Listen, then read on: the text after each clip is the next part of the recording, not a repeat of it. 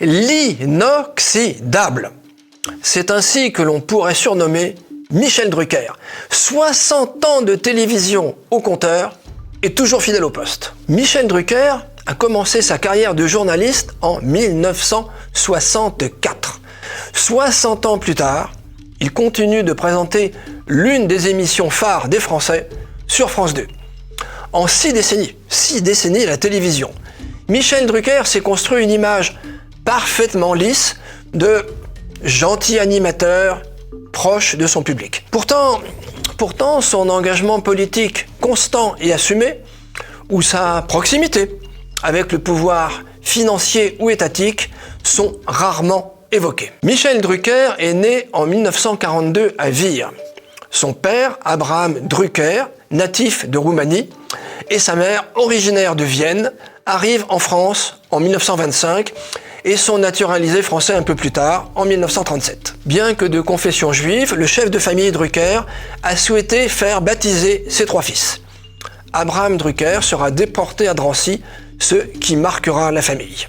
Époux de l'actrice Dany Saval, Michel Drucker aura une liaison tumultueuse avec la journaliste et écrivain africaine Calixte Beyala, qui, dépité, le décrira comme, je cite, un homme qui vit dans le passé d'une France raciste, racialiste. Chevalier des arts et des lettres, officier de la Légion d'honneur, Michel Drucker n'a fait que de courtes études. Son service militaire, au service de l'information des armées, le rapproche de l'ORTF, où il démarre comme journaliste sportif en 1964 à 22 ans. Il commentera le football également sur TF1 et Antenne 2. Il restera jusqu'en 1975 sur la première chaîne de l'ORTF pour rejoindre alors TF1.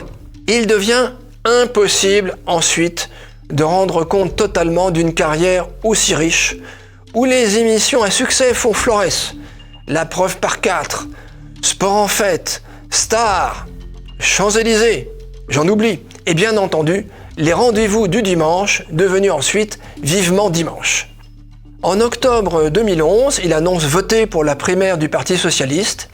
Il déclare avoir voté pour François Hollande pour le second tour de l'élection de 2012. Son influence politique est réelle. Vivement Dimanche est le talk-show le plus suivi de France, où il était jusqu'à une date récente, avec 15% de part d'audience en moyenne. Une invitation dans l'émission de Michel Drucker fait donc figure de passage quasi obligé pour les politiques. Proche de Jacques Chirac, du couple François Hollande-Julie Gaillet, mais aussi de Nicolas Sarkozy, il refusera toujours d'inviter Jean-Marie ou Marine Le Pen, alors qu'il reçoit sans sourciller Jean-Luc Mélenchon ou Olivier Besancenot. Nous n'avons pas le temps d'évoquer sa filmographie, ses livres, sa carrière à la radio, ses liens avec la cause d'Israël, ses animations des victoires de la musique ou ses revenus plantureux. Élu fréquemment comme la personnalité préférée des Français, il annonce en 2023 sa retraite pour 2025, avant de le démentir en janvier 2024, considérant que son départ n'est plus d'actualité. Faisons un peu de politique fiction. Michel Drucker étant maintenant quasi immortel, il sera toujours présent en 2027. Si Marine Le Pen est élue à la présidence, refusera-t-il toujours de la recevoir ? Réponse dans 3 ans.